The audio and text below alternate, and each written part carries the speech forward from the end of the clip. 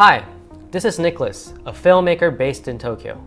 I direct, shoot, and edit on my own for commercials, music videos, and feature films. Editing is a key element in filmmaking. It is also a challenging and a demanding task, especially for beginners, because it requires a whole different set of skill set than other parts of filmmaking. Video editing can be divided into two stages. Offline editing. Offline editing consists of simple cut editing, where you cut up multiple footages to make a single video timeline. Online editing. Online editing is a part where editors make finishing touches, such as making fancy transitions, putting in subtitles, bringing in sound effects, audio gain staging, and color grading. One question I often get asked is, what is the difference between photo editing and video editing? As a former photographer myself, I can tell that there are quite some similarities and differences between these two.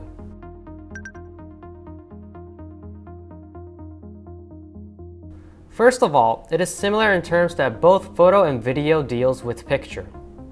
If you're familiar with manipulating images and editing colors, some of the techniques and concepts could be familiar and may come in handy.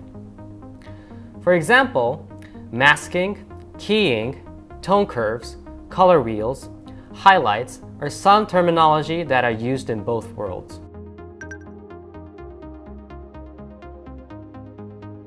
Unlike photo, which is a single frame of picture, video is a series of pictures.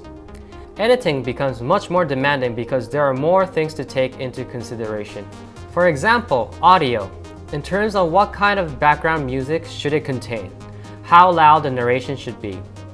Story. Whether it contains a narrative or not, video has to tell a story.